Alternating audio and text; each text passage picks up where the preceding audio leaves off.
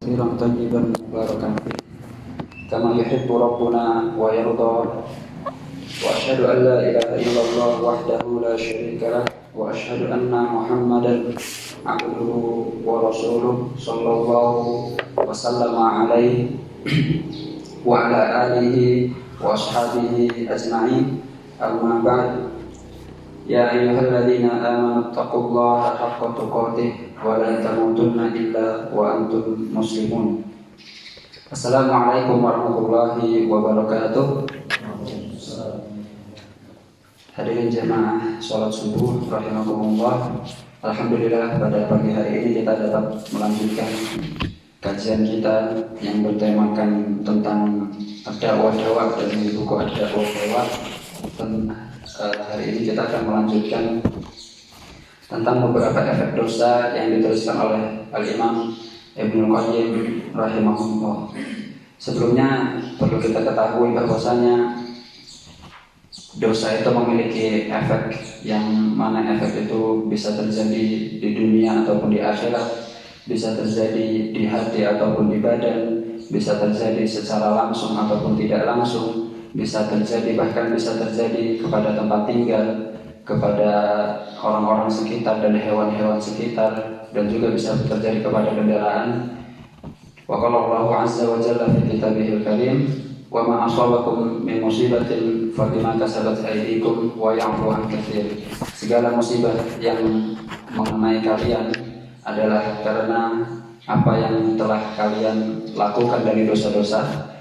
Di samping itu Allah mengampuni banyak dari dosa-dosa kita. Seandainya Allah tidak mengampuni, tentu tidak ada lagi makhluk yang berjalan di atas bumi ini.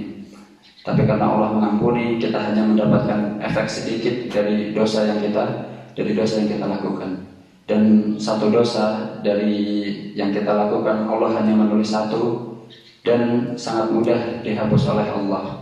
Sementara apabila kita melakukan satu kebaikan, Allah bisa melipatkannya 10 kali lipat, bahkan 70 kali lipat, bahkan Allah melipat gandakannya lebih dari itu. Dijelaskan dari beberapa hadis dan beberapa asar bahwasanya malaikat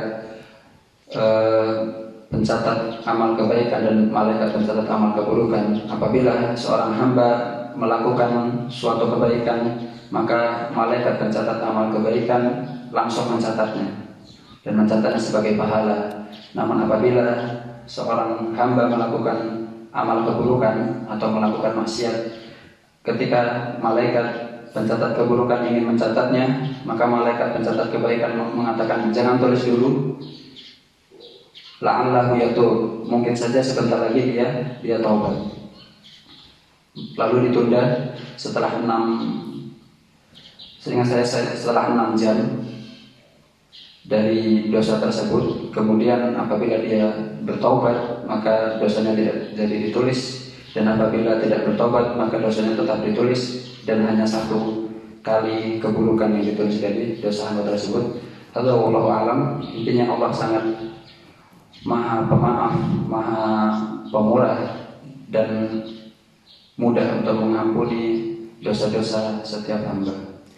Hari ini kita melanjutkan beberapa efek dosa dari Al-Imam Ibnul Qayyim dalam bukunya ad-da'wah, yang semoga dengan kita mengkaji satu demi satu efek dosa ini, kita tidak mudah-mudah dalam melakukan dosa dari ghibah, namimah, kemudian dosa-dosa yang tersembunyi dan dosa yang lainnya yang mungkin kita tidak sadari itu adalah dosa. Dan semoga dengan ini kita bisa menyadari bahwa setiap musibah dan setiap kesulitan yang dialami kita itu terjadi karena dosa-dosa kita, dan semoga dengan ini kita mudah untuk melafalkan istighfar di lisan kita setiap waktu. Al-Imam Ibnul Qayyim melanjutkan di dalam efek dosa yang ketiga. Kemarin yang pertama adalah seseorang dipersulit dalam menuntut ilmu. Kemudian efek yang kedua, seseorang dipersulit dalam mencari rezeki. Sekarang kita masuk ke efek yang ketiga. Qala al-Imam Ibnul Qayyim rahimahullah, wa minha wahsyatun yajiduhal 'asi fi qalbihi wa bainahu wa bainallah. Efek ketiga adalah Keterasingan yang didapati seorang hamba atau seorang pemaksiat yang ada di dalam hatinya, dan keterasingan juga antara dirinya dengan Allah, rasa terasing, rasa gundah, rasa kegalauan yang ada di hati, dan juga rasa keterasingan antara dirinya dengan Allah. La tuwazinuha wa la tuqarinuha laddatun aslan. Yang mana rasa keterasingan ini apabila ditimbang dengan seluruh kenikmatan di dunia, maka tidak akan seimbang. Maksudnya rasa keterasingan ini akan sangat berat dibandingkan dengan seluruh kenikmatan di dunia. Maka dapat kita lihati ada orang-orang yang dilimpahkan kenikmatan di dunia, dari kekayaan dan dari berbagai nikmat, namun ketika dia mendapatkan kegalauan, mendapatkan keterasingan hati, maka seakan-akan dia tidak memiliki nikmat di dunia ini, lalu dia mengakhiri hidupnya dengan bunuh diri. Dan ini sangat banyak sekali. Beliau melanjutkan, walau istama'at lahu ladzatu dunya bi asliha lam takfi bitilkal wahsyah. Seandainya seluruh kenikmatan di dunia berkumpul di seorang pemaksiat, maka kenikmatan itu tidak akan menandingi kegalauannya. Kenikmatan itu tidak akan menandingi keterasingannya, keterasingan hatinya dengan Allah. Wa hada amrun la yuhissu bihi illa man fi qalbihi hayat. Tapi rasa ini tentunya tidak semua orang merasakan. Rasa keterasingan dengan Allah ini tidak dirasakan kecuali oleh orang-orang yang hatinya masih hidup. Orang yang hatinya masih hidup, masih melakukan kewajiban dan meninggalkan beberapa keharaman, namun dia tergelincir di beberapa maksiat, dia akan merasakan keterasingan ini. Itu intinya, hatinya masih hidup. Tapi kalau hatinya sudah mati, dia tidak akan merasakan keterasingan dengan Allah. Di dalam beberapa mahfuzat dijelaskan, wama lijarahin bimayyitin ilamu. Mayat tidak akan merasakan kesakitan di lukanya. Maksudnya apabila mayat sudah mati, orang sudah mati, dia tidak akan merasakan sakit di badannya. Maksudnya apabila hati seorang sudah mati, dia tidak akan merasakan keterasingan antara dirinya dengan Allah. Dia karena sudah semua maksiat dilakukan, tidak pernah sholat dan semua maksiat hampir dilakukan. Ketika dia melakukan maksiat, dia tidak merasakan asing dengan Allah. Maksudnya dia tidak merasakan kehilangan Allah karena sudah lama dia kehilangan Allah. Falau lam tutrak ad-dunub illa hadaran min wuqu'i tilkal wahsyah lakana al-aqilu hariyan bitarkiha. Beliau melanjutkan, seandainya dosa-dosa itu tidak ditinggalkan kecuali untuk menghindari keterasingan ini, maka sepatutnya orang yang berakal itu sudah bisa atau sudah tidak ingin melakukan maksiat karena dia menghindari yang namanya keterasingan itu. Dari sini kita dapat melihat bahwasanya seorang yang hatinya masih hidup, ketika dia melakukan suatu maksiat, maka dia langsung merasakan kegalauan dan kegundahan di dalam hatinya, dan dia yang hatinya masih hidup, dia segera beristighfar kepada Allah, kemudian dia segera bertaubat kepada Allah.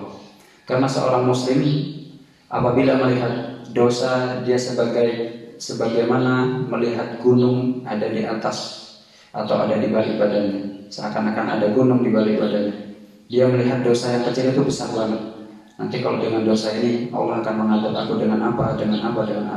Sementara orang yang munafik yang hatinya sudah mati, mungkin ketika melihat dosa, dia seperti ada lalat yang ada di hidungnya. Kemudian dia mengatakan dengan tangannya seperti ini, kemudian lalatnya terbang begitu saja. Maksudnya seorang munafik itu melihat dosa sangat kecil. melihat dosa sangat kecil sehingga dia meremehkan dosa. Akhirnya ketika melihat dosa tidak bertobat kepada Allah dan mengatakan dalam dirinya, oh Allah Maha Pengampun, padahal dia beristighfar hanya dengan lisannya saja. Sementara orang yang hatinya masih hidup, seorang mukmin ketika melihat dosa, dia mengatakan dosa ini seperti halnya gunung yang ada di balik badannya, yang seandainya gunung itu menjatuhi dirinya maka dia akan binasa. Kemudian ada seseorang yang mengadukan tentang hati yang galau kepada orang yang soleh, mengadukan. Kemudian orang yang soleh tadi mengatakan, idza kunta qad awhashatka dhunubu fada'ha idza syi'ta wasta'nis. Apabila engkau sudah merasakan asing di dalam hatimu, sudah merasakan kegundahan di dalam hatimu karena dosa-dosa, maka tinggalkanlah dosa-dosa itu. Dan apabila engkau telah meninggalkan dosa-dosa itu, engkau akan merasakan al-uns, engkau akan merasakan ketenangan dengan ketaatan kepada Allah. Dan tidak ada di dalam hati itu yang lebih pahit daripada keterasingan yang disebabkan oleh dosa-dosa, dan tidak ada di hati itu yang lebih pahit, yang lebih buruk daripada seseorang merasakan keterasingan karena dosa-dosa. Karena seseorang apabila sudah merasakan keterasingan dengan Allah, seseorang mendapatkan musibah, dia bingung mau kemana. Dia nggak punya, seakan-akan tidak punya tempat untuk mengadu, tidak punya tempat untuk membela, atau tidak ada tempat untuk mengadukan beberapa kesulitannya, karena dia sudah merasakan keterasingan dengan Allah. Sementara orang-orang yang soleh, apabila ingin melakukan suatu perbuatan, bahkan perbuatan sekecil apapun, orang-orang soleh akan berdoa kepada Allah. Bahkan disebutkan oleh Aisyah radhiyallahu anha, ketika ingin meletakkan garam ke atas makanan, mereka berdoa. Apabila ada sesuatu hal yang membingungkan hati, mereka berdoa. Apabila ada sesuatu hal yang antara dua perkara yang ingin dilakukan yang mana, mereka beristikharah. Mereka sedikit-sedikit orang-orang soleh dengan hal-hal itu selalu berdoa kepada Allah, bermunajat kepada Allah dan meminta kepada Allah. Sementara orang-orang yang hatinya sudah asing dengan Allah, maka masalah-masalah kecil ataupun masalah besar, mereka akan bingung untuk kemana. Ini yang pertama. Ini yang efek yang ketiga.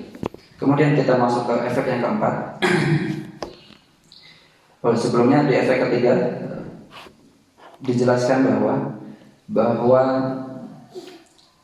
yang paling kesalahan yang paling besar adalah seseorang membersihkan air kencing dengan air kencing. Maksudnya seseorang membersihkan air kencing dengan air kencing adalah seseorang yang merasakan kegalauan, merasakan yang namanya kehampaan hati. Itu kehampaan hati disebabkan oleh dosa. Kemudian ada beberapa orang yang ingin mengobati kehampaan hatinya dengan melakukan maksiat yang lain. Jadi ini seakan-akan dia mengobati maksiat dengan maksiat lain, seperti orang yang membersihkan air kencing dengan air kencing. Ada orang yang hatinya merasakan kegalauan, maka dia, beberapa dari mereka minum minuman keras, beberapa dari mereka pergi ke maksiat yang lain, beberapa dari mereka pergi bersama teman-teman yang semakin melalaikan. Dan ini terjadi di zaman kita sekarang. Banyak sekali orang yang merasakan kegalauan, kegundahan, larinya bukan kepada Allah, namun larinya malah ke tempat-tempat yang diharamkan oleh Allah. Waliyahzubillah.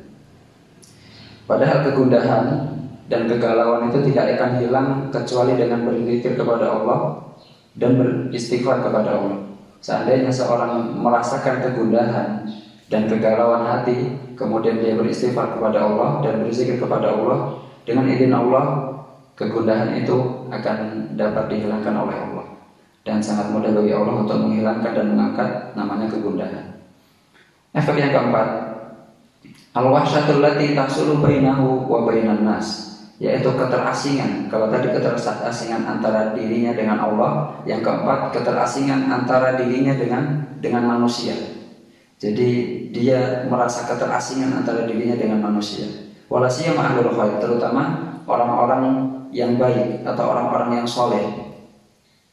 Seseorang yang bermaksiat, yang banyak maksiat di dalam hatinya, maka dia akan merasakan keterasingan antara dirinya dengan orang-orang soleh. Fa innahu yajidu wahsyatan bainahu wa bainahum. Mereka mendapatkan namanya keterasingan antara dia dengan orang soleh. Wa kullama qawiyat tilkal wahsyatu ba'uda minhum wa min mujalasatihim. Dan setiap kali rasa kehampaan itu menguat, rasa keterasingan itu menguat, maka dia akan semakin jauh dengan berteman dengan orang-orang soleh. Wa hurima barakatal intifa' bihim, dan diharamkan mendapatkan keberkahan dari beberapa amal-amal orang soleh tadi. Semakin dia jauh dengan orang-orang soleh, dia akan semakin dekat dengan hizbi syaitan. Dia akan semakin dekat dengan para syaitan, dengan amalan-amalan syaitan. Bi qadri ma ba'uda min hizbir rahman. Sejauh seseorang yang melakukan maksiat, dia akan dekat dengan syaitan dan akan jauh dengan golongan dari golongan-golongan Allah.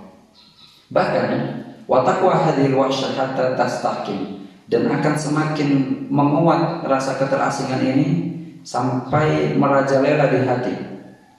Fataqa'u bainahu wa baina imra'atihi, bahkan dia merasa asing antara dirinya dan dengan istrinya, wa waladihi wa aqaribihi, dan dengan anak-anaknya dan dengan kerabat-kerabatnya. Jadi maksiat dapat menjadikan seseorang merasa asing dengan istrinya, dengan anak-anaknya dan dengan kerabat-kerabatnya. Wa bainahu wa baina nafsi, bahkan seseorang yang maksiatnya sudah makin banyak, dia akan merasakan keterasingan antara dirinya dengan dirinya sendiri. Dia merasa terasing dengan dirinya sendiri. Maka kita akan melihat fatarahu mustawhishan bi nafsi, dia akan merasa asing dengan dirinya sendiri. Lalu disebutkan Al-Fudail bin Iyad, salah satu ulama yang sangat ma'ruf, beliau mengatakan, inni la aqsillaha fa'ara dzalika fi khuluqi dabbati wa mar'ati. Aku pernah bermaksiat kepada Allah, dan efek maksiat itu aku lihat dari berubahnya akhlak istriku dan berubahnya kejinakan tungganganku. Jadi istriku berubah akhlaknya, yang dulu taat kepadaku, semenjak aku bermaksiat sulit untuk taat kepadaku. Begitu juga dengan tungganganku, semenjak aku bermaksiat, yang dulu mudah untuk diatur tunggangannya, jinak istilahnya, tapi setelah aku bermaksiat sulit untuk diatur tungganganku. Dan ini berefek, bahwasanya maksiat itu berefek kepada diri kita dan orang-orang sekitar yang mungkin semakin jauh dari kita, terutama orang-orang soleh yang tidak betah untuk duduk-duduk bersama kita. Ini salah satu dari efek dosa dan maksiat. Bahkan beberapa orang yang bermaksiat, mereka tidak akan suka dengan nasihat-nasihat para ulama. Bahkan terkadang apabila ada nasihat yang lewat di HP, dia akan merasa terasingan dengan nasihat-nasihat itu, lalu di skip dengan cepat. Tapi apabila hatinya apabila di HP melihat mungkin hiburan atau yang lucu-lucu, dia akan senang dengan hiburan tersebut. Tapi apabila yang lewat itu adalah nasihat-nasihat para ustadz atau para ulama, dia akan segera untuk menghilangkan nasihat tersebut. Begitu juga mungkin di radio atau di TV, ketika lewat nasihat ulama atau lewat para ustadz, segera diganti dengan yang menyenangkan hatinya dari hiburan-hiburan. Ini mungkin salah satu efek dari maksiat seorang hamba yang ada di hati, karena efek dosa itu terjadi di hati dan terjadi di badan. Maka seorang hamba yang bermaksiat akan merasakan namanya efek buruk antara dirinya dengan istrinya, dengan anak-anaknya, dengan orang-orang soleh, bahkan merasakan asing dengan dirinya sendiri. Itu efek yang keempat. Kemudian kita masuk ke efek yang kelima. Wa minha ta'siru umurihi alaihi. yaitu efek yang kelima, seseorang dipersulit dari beberapa urusan-urusannya akan dipersulit. Jadi orang yang bermaksiat, urusan-urusannya akan dipersulit. Fala yatawajjahu li amrin illa yajiduhu mughlaqan duna. Apabila ia ingin melakukan suatu perkara, maka ia dapati perkara itu pintunya tertutup. Maksudnya tidak bisa dikerjakan, dipersulit. Au muta'assiran alaihi, atau kalau misalnya bisa dikerjakan, sangat sulit untuk dikerjakan. Apabila ingin melakukan ini sulit. Apabila ingin memulai suatu mungkin bisnis atau memulai suatu hal-hal pekerjaan dunia, dia akan dipersulit. Wa hadza kama anna man ittaqallaha ja'ala lahu min amrihi yusra. Hal ini seperti dijelaskan bahwasanya barang siapa yang bertakwa kepada Allah, maka semua urusannya akan dipermudah. Seperti yang disebutkan oleh Allah Azza wa Jalla di dalam surat At-Talaq, "Wa may yattaqillah yaj'al lahu min amrihi yusra." Barang siapa bertakwa kepada Allah, maka Allah akan menjadikan semua urusannya dimudahkan. Semua urusannya mudah. Faman at-talaq taqwa ja'ala lahu min amrihi yusra. Dan barang siapa yang meninggalkan ketakwaan, maka Allah akan menjadikan semua urusannya dipersulit. Beliau melanjutkan, wa ya Allah al-ajab, sangat mengherankan. Ada orang yang sangat mengherankan, yaitu kaifa yajidul 'abdu abwabal khair wal masalih masduda. Bagaimana ada seorang hamba, dia semua pintu-pintu kebaikan itu tertutup, dan pintu-pintu melakukan kebaikan itu tertutup dan dipersulit. Wa tarakaha mu'assiratun 'alaiha, dan juga jalan-jalannya sangat dipersulit untuknya. Wa huwa la ya'lam min aina utiya, sementara dia tidak tahu apa sih yang membuat ini sulit, apa sih yang membuat ini tertutup, dan lain sebagainya. Ada beberapa orang yang ketika ingin melakukan suatu perkara yang mungkin perkara itu perkara baik, tentang urusan dunia ataupun urusan akhirat, lalu dia tidak bisa mengerjakan karena pintunya tertutup, tidak bisa mengerjakan, atau ketika mengerjakan sangat sulit, nggak selesai, nggak sampai apa yang ditargetkan. Kemudian dia malah heran, ini apa? Kenapa ini dipersulit? Bahkan sebagian pelaku maksiat terkadang malah menyalahkan orang lain karena menyalahkan A, menyalahkan B, padahal dia tidak tahu yang membuat urusan itu dipersulit oleh Allah karena dosa-dosanya sendiri, bukan karena orang lain. Seandainya tidak ada orang itu pun, maka urusannya akan tetap dipersulit. Maka dari sini kita lihat bahwasanya urusan-urusan itu dipermudah oleh Allah dan urusan-urusan itu dipersulit oleh Allah, itu beberapa karena maksiat seorang hamba yang mungkin dia bertobat atasnya sehingga urusan-urusannya itu dipersulit. Ini efek yang kelima. Jadi apabila kita melihat beberapa urusan kita dipersulit, hendaknya kita untuk beristighfar kepada Allah dan bertobat kepadanya, karena mungkin ini karena dosa-dosa kita yang lalu, dan tidak sepatutnya seorang muslim mudah untuk menyalahkan orang lain karena hal-hal yang mungkin dipersulit, karena bisa jadi orang lain itu hanya sebab suatu perkara itu dipersulit. Seandainya tidak ada orang itu pun, mungkin Allah akan mempersulit dengan perkara yang lain atau dengan orang yang lain. Hadza wallahu a'lam bishawab. Efek yang keenam yang dilanjutkan, yang ditulis oleh Imam Ibnu Qayyim, zulmatun yajiduha fi qalbihi haqiqah, yaitu seorang hamba akan mendapatkan kegelapan di dalam hatinya. Hatinya benar-benar gelap. Yuhissu biha kama yuhissu bidulmatil lailil albahim idza dalahan. Dia merasakan kegelapan di dalam hatinya sebagaimana kegelapan malam apabila telah gelap gulita. Dia akan merasakan kegelapan di dalam hatinya sebagaimana merasakan kegelapan malam apabila telah gelap gulita. Fatasiru zulmatul maksiyah liqalbihi kadulmatil hissiyah libasarihi. Dia akan mendapatkan kegelapan di dalam hatinya sebagaimana mendapatkan kegelapan malam di matanya, benar-benar gelap. Jadi maksudnya dia tidak tahu mana sih yang benar, mana yang salah, dia tidak tahu. Seorang maksiat tidak tahu ini yang aku lakukan benar apa salah, tidak tahu. Fa inna ta'ah nurun wal ma'siyah zulmah. Sesungguhnya ketaatan itu adalah cahaya dan maksiat itu kegelapan. Wa kullama qawiyat ad-zulmah izdadat hayratuh. Dan setiap kali kegelapan itu menguat, maka kebingungan hatinya juga akan menguat. Jadi dia apabila ingin melakukan perkara, dia bingung, ini benar apa enggak. Sampai-sampai hatta yaqa fil bid'ah wa dhalalati wal umuril muhlikah wa huwa la yash'ur. Sampai-sampai orang yang sudah banyak maksiat itu, dia melakukan kebid'ahan, melakukan kesesatan, dan melakukan perkara-perkara yang dapat menghancurkan dirinya, dia tidak menyadarinya. Dia melakukan suatu perkara yang dapat menghancurkan atau dapat merusak tubuhnya, dia tidak menyadarinya, dia tidak tahu.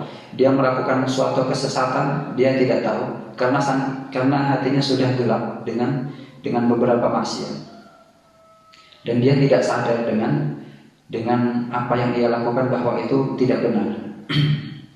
Hal ini seperti ka'ama kharaja fi dhulmatil lail yamshi wahda, seperti orang yang buta ketika keluar di tengah malam yang gelap gulita dan dia jalan sendirian. Pertama sudah buta, tidak bisa melihat, kemudian dia keluar di tengah malam yang gelap gulita, tidak ada yang menemani, dan dia jalannya sendirian.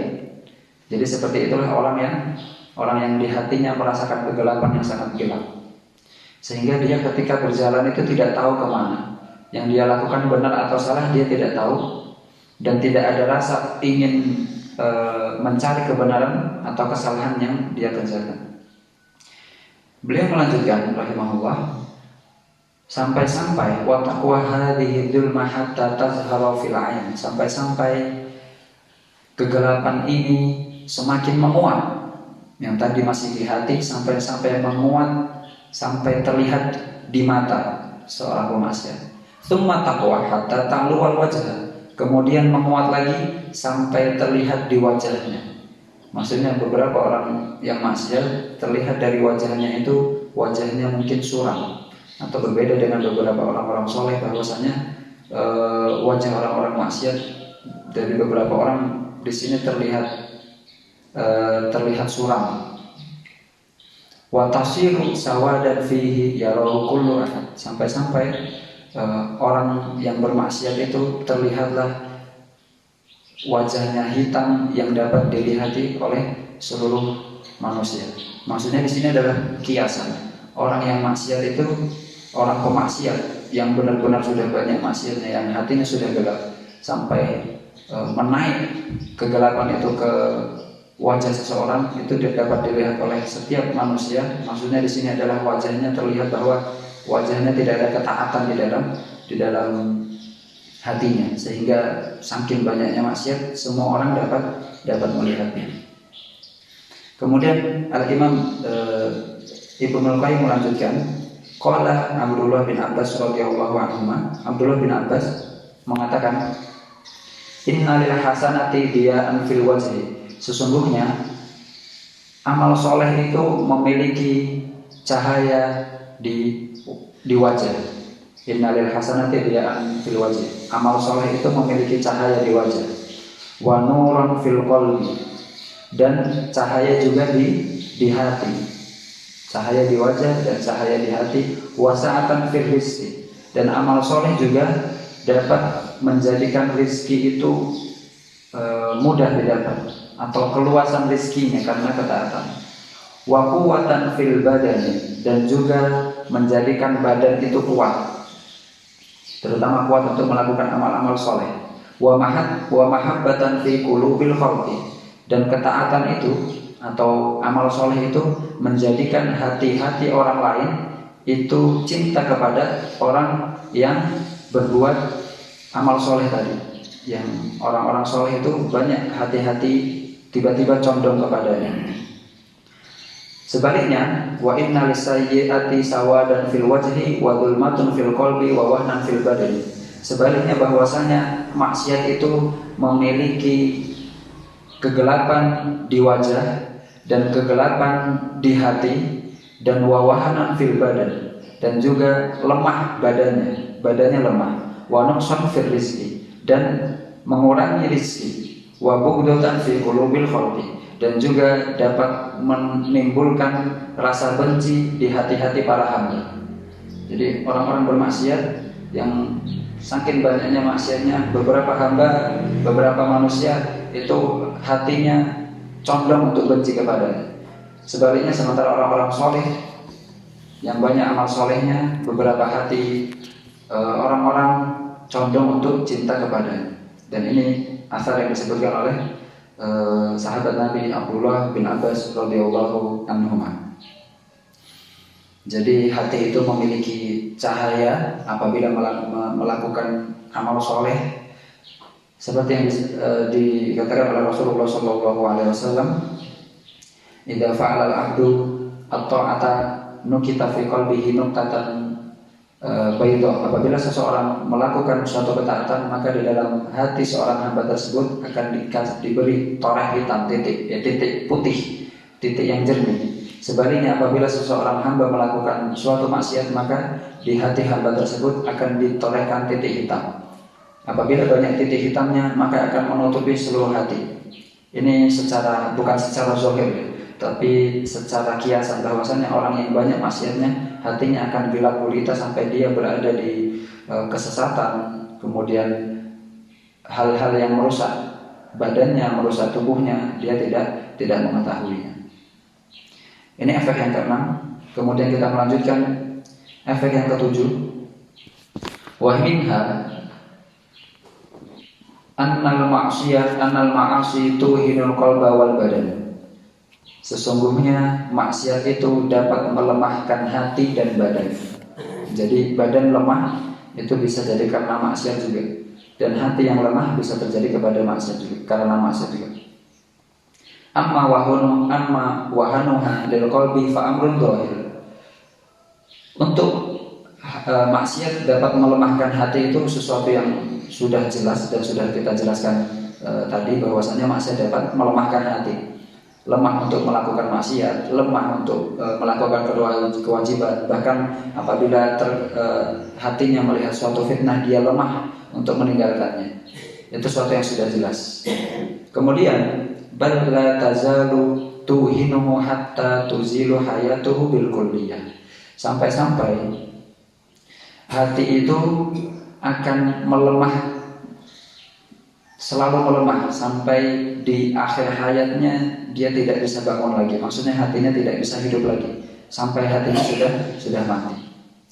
Itu hati yang melemah. Kemudian bagaimana maksiat itu dapat melemahkan badan? Amma wahanu halil badan fa innal mu'min quwwatuhu min qalbi.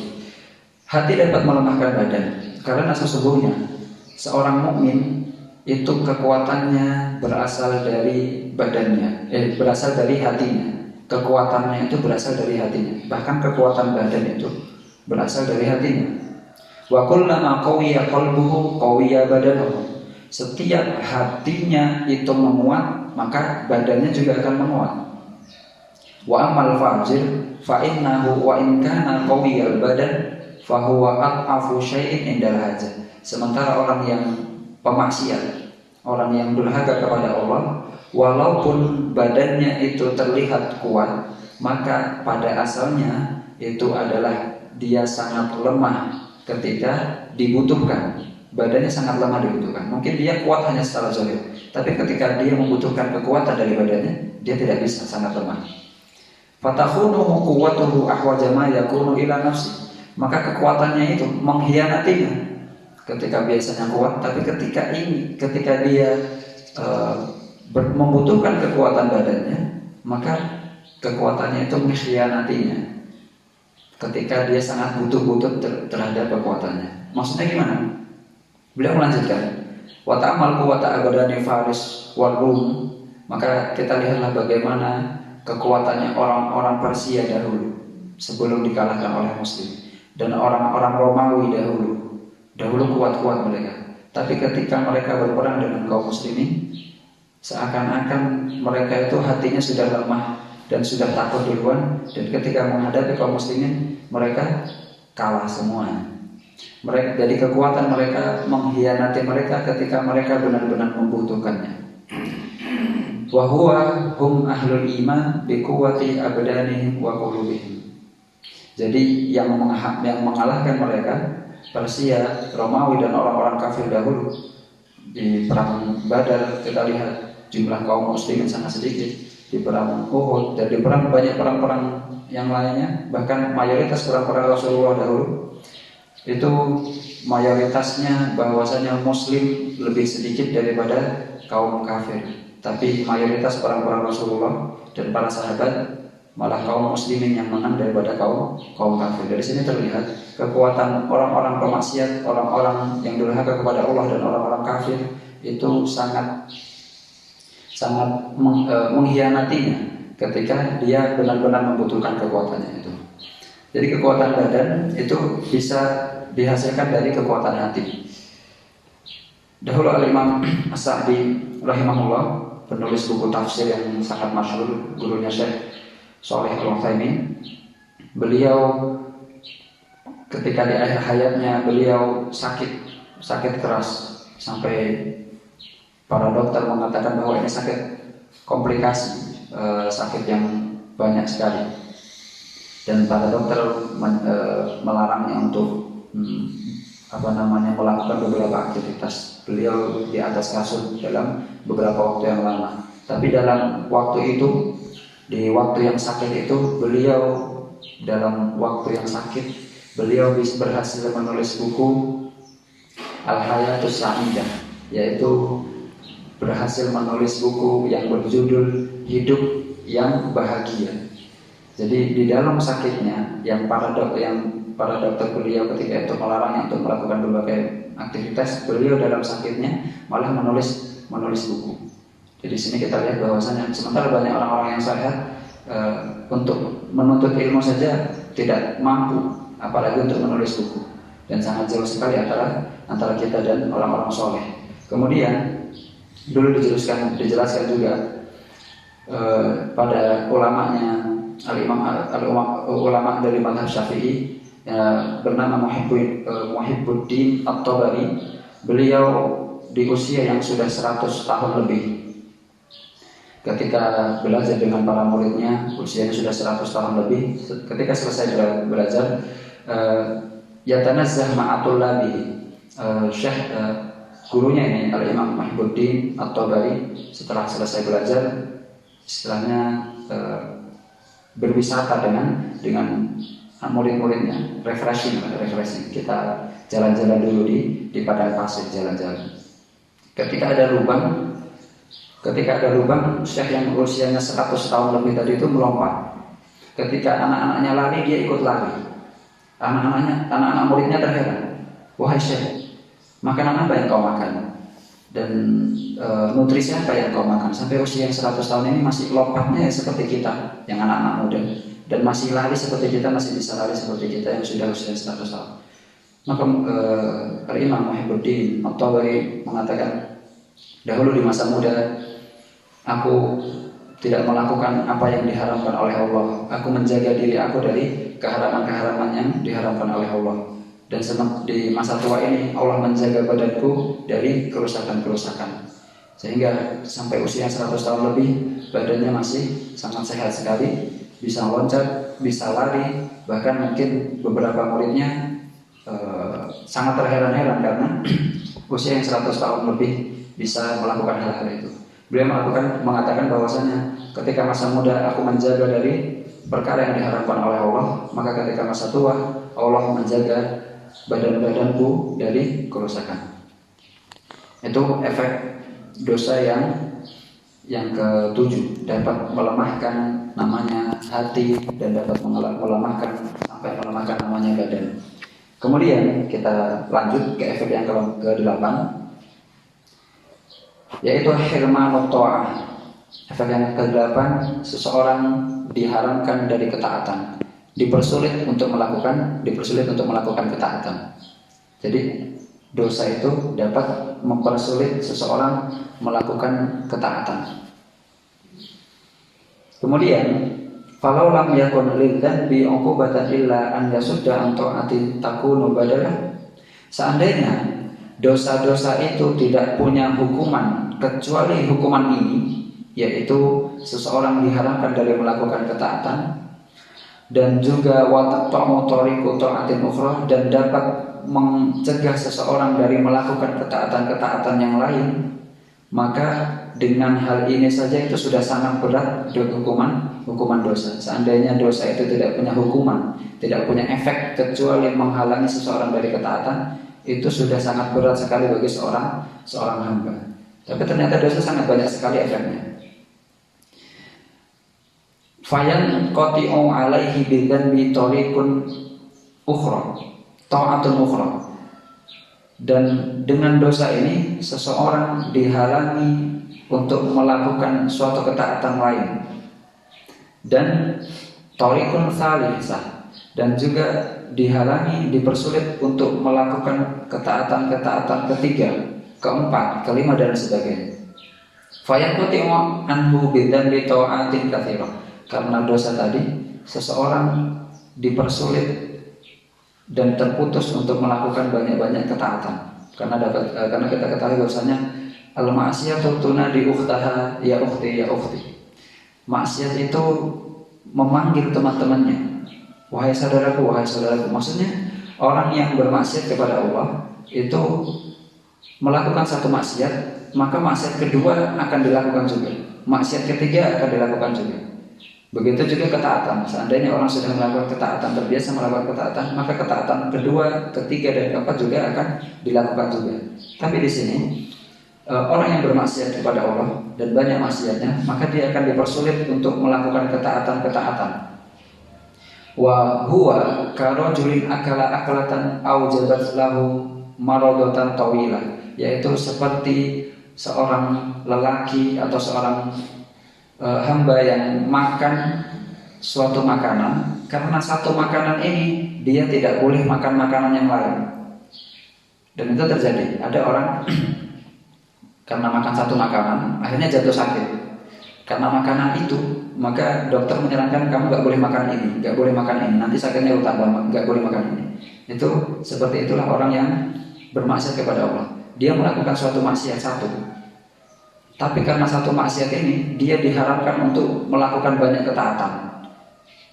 Diharapkan untuk melakukan banyak ketaatan karena satu maksiat tadi. Jadi orang yang sudah melakukan maksiat itu sangat sulit untuk melakukan ketaatan. Ba'du salaf mengatakan, beberapa ulama salaf mengatakan, Asaitu Rabbi fahurimtu qiyamal lail sittata ashhur. Aku pernah bermaksiat kepada Allah dan aku tidak bisa qiyamul lail selama 6 bulan. Dahulu qiyamul lail terus, tapi karena satu maksiat ini aku sulit untuk qiyamul lail. Mungkin hanya niat, tapi bangun-bangun sudah azan subuh.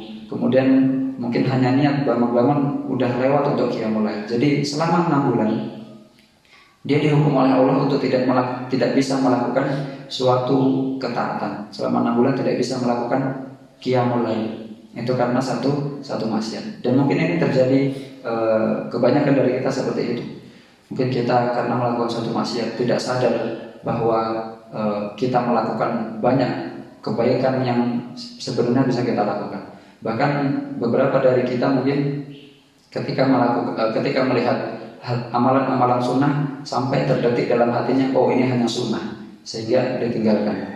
Dan sangat jauh berbeda dengan para ulama dahulu ketika melihat amalan sunnah, oh ini karena sunnah ini ana lakukan. Tapi sebagian dari kita, oh ini hanya sunnah, maka ditinggalkan. Jadi kita meninggal, alasannya sama, alasannya karena sunnah. Tapi bedanya kita meninggalkan karena sunnah, sementara dahulu ulama mengamalkannya mumpung sunnah, karena sunnah. Seperti itu. Jadi seorang yang bermaksiat kepada Allah, maka dia akan sulit untuk melakukan beberapa ketaatan dan terputus. Yang sudah dilakukan bisa terputus karena maksiat-maksiat yang lalu. Kemudian efek yang ke-9, annal ma'asi tuqsirul umra wa tamhuku barakatahu wala bud. Maksiat itu dapat memendekkan umur. Yang efek yang 9, maksiat itu dapat memendekkan umur dan menghilangkan keberkahannya, dan ini pasti. Fa innal birra kama yazidu fil umri wal fujur yaksurul umra. Sesungguhnya ketaatan itu dia dapat menambah umur, begitu juga kemaksiatan itu dapat mengurangi umur seseorang. Maka tabatana Nabi sallallahu alaihi wasallam, man ahabba an yubsata lahu fi umri wa yunsa lahu fi athari fal yasir rahimah. Di dalam suatu hadis disebutkan, barang siapa yang ingin dipanjangkan umurnya, barang siapa yang ingin dipanjangkan umurnya dan diluaskan rizkinya, maka hendaklah dia menyambung tali silaturahim. Ini salah satu kebaikan, bahwasanya kebaikan itu bisa menambah umur. Sebaliknya, bahwasanya maksiat itu dapat mengurangi umur seseorang. Dan ini berbeda pendapat para ulama dahulu dan para orang-orang dahulu, bagaimana itu maksiat itu mengurangi umur. Apakah umurnya benar-benar berkurang atau berkurang hanya keberkahannya? Faqala ta'ifah, beberapa orang mengatakan nuqsanu umril asi huwa dhahabu barakati. Berkurangnya umurnya orang yang bermaksiat itu yaitu hilangnya keberkahan umurnya.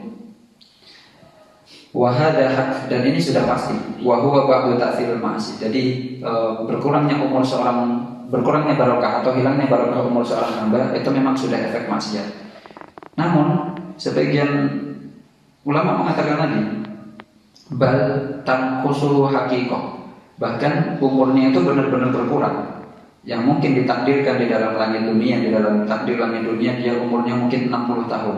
Tapi karena banyak maksiat dan lain sebagainya, Allah mengurangi umurnya benar-benar angkanya yang berkurang, bukan hanya berkahnya. Kama tanqusul rizq, seperti halnya berkurangnya rizki. Orang sudah ditakdirkan kaya, rizkinya berkurang. Faja'alallahu subhanahu lil barakah fil rizqi asbaban katsirah tukthiru wa tazid, wa lil barakah fil umri asbaban tukthiru wa tazid. Sebagaimana Allah menjadikan rizki itu banyak sebab untuk menambah dan menguranginya.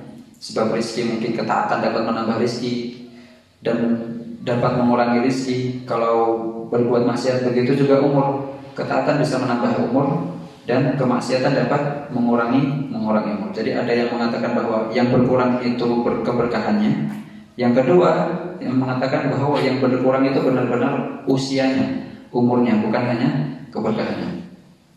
Kemudian ini ikhtilaf yang panjang tentang berkurangnya umur ini, benar-benar berkurang secara zahir atau secara batin. Berkurangnya itu angkanya atau hanya berkahnya saja. Wala yamtani'u ziyadatul umri bi asbabin kama yanqusu bi asbab. Tidak ada yang menambah umur kecuali ada sebabnya. Begitu juga tidak ada yang mengurangi usia karena ada sebabnya. Fal arzaku wal ajal was sa'adah wasyaqawah wasihah wal marad wal ghina wal qadar. Jadi rizki, kemudian ajal, kemudian kebahagiaan, kemudian kesengsaraan, kesehatan, kemudian penyakit, kemudian kekayaan dan kefakiran, ini semua ada sebabnya. Walaupun itu sudah ditakdirkan oleh Allah, tetapi itu ada sebabnya. Ada sebab yang untuk menjadikan seseorang itu sakit. Walaupun sakit sudah ditakdirkan oleh Allah, tapi ada sebabnya. Begitu juga ada yang sebab yang menjadikan orang itu sembuh dari sakitnya. Walaupun sudah ditakdirkan oleh Allah akan sembuh, tapi ada sebab yang untuk menjadikan sembuh. Fahuwa yuqdi ma yasha'u bi asbabin ja'alaha limusabbabatiha.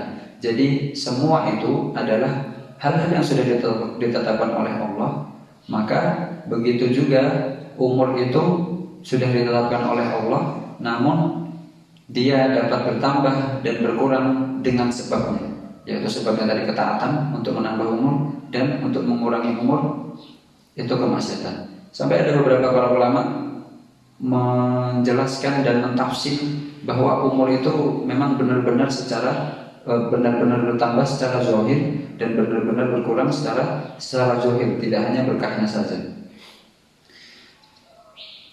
Kemudian orang ketiga, maksudnya pendapat ketiga mengatakan bahwa tadi pendapat pertama yang berkurang itu berkahnya, pendapat kedua yang berkurang itu benar-benar umurnya. Pendapat ketiga mengatakan ta'thirul ma'asi fi mahkil umri innama huwa bi anna haqiqatal hayat hiya hayatul qalbi. Maksudnya seorang yang maksiat itu usianya berkurang, itu maksudnya adalah bahwa sesungguhnya kehidupan yang hakiki itu adalah kehidupan yang di dalamnya banyak ketaatan, yaitu hayatul qalbi, hidupnya hati. Jadi kalau seandainya orang itu hidup tapi hatinya nggak hidup, maka itu seperti orang mati. Maka Allah mengatakan amwatun ghairu ahya di dalam kitabnya, bahwasanya orang-orang kafir itu sebenarnya mati, hatinya mati. Jadi walaupun secara zahir mereka hidup. Fal hayat fil haqiqah hayatul qalbi, maka hakikatnya hayat atau hakikatnya kehidupan, aslinya kehidupan itu adalah kehidupan hati. Wa umrul insan muddatu hayatihi falaysa umruhu illa awqatu hayati billah. Dan usianya manusia itu tergantung dengan hidupnya hati. Maka apabila hatinya banyak hidup, maka itulah usianya manusia. Dan apabila hatinya banyak mati, sering mati hatinya, maka itu berkurangnya umur. Nah, jadi albirru wa taqwa wa ta'ah, jadi ketaatan, ketakwaan dan melakukan semua perintah Allah itu dapat menambah namanya kehidupan hatinya. Wala umru lahu siwahu, dan tidak ada kehidupan selainnya. Jadi tiga permasalahan ini, tiga pendapat ini, beliau menyimpulkan bahwasanya fal abdu idza a'rada 'anillah wastaghala bil ma'asi idha'at alaihi ayyamu hayatihil haqiqah allati yajidu hibba idha'atiha. Seorang hamba apabila sudah bermaksiat kepada Allah dan durhaka kepada Allah, maka hari-hari dalam kehidupannya itu akan hilang berkahnya, kemudian hari-harinya hilang begitu saja tanpa ada namanya dapat pahala sedikit pun. Sampai-sampai nanti orang yang meninggal malah mengatakan ya laitani qaddamtu li hayati fala yakhlu imma an yakuna lahu ma'adzalika tatlaq ila musalahatid dunyawiyah. Jadi ketika orang-orang yang sudah meninggal dia berharap dihidupkan lagi, kemudian berharap di dalam hidupnya melakukan banyak ketaatan. Jadi intinya adalah berkurangnya umur, yang mana banyak perbedaan tadi, yang mengatakan berkahnya, yang kedua yang mengatakan itu benar-benar umurnya yang berkurang, yang ketiga mengatakan bahwasanya apabila hatinya mati maka dia sudah dianggap mati. Intinya bahwasanya semua itu akan berkurang dari berkahnya, kemudian dari umurnya. Wasirul masalah anna umrul insan muddatu hayatihi wala hayata lahu illa bi iqbalihi ala rabbi. Permasalahan di sini adalah bahwasanya rahasia kehidupan seseorang itu adalah hidupnya dirinya dengan Allah. Maksudnya hidupnya hatinya untuk beribadah kepada Allah. Maka apabila seseorang hamba hatinya sudah mati dan tidak beribadah kepada Allah, maka itu seperti halnya orang-orang yang sudah mati. Seperti itu. Jadi maksiat dapat mengurangi umur secara hakiki dan juga dapat mengurangi umur secara keberkahan. Hari ini kita sudah membahas tanggal 10 ya, 9 dari efek-efek dosa yang mungkin insya Allah akan kita lanjutkan di waktu yang di pekan depan. Wallahu a'lam bishawab. Apabila ada tambahan atau ada koreksi dipersilakan. Syukran. Wassalamualaikum warahmatullahi wabarakatuh.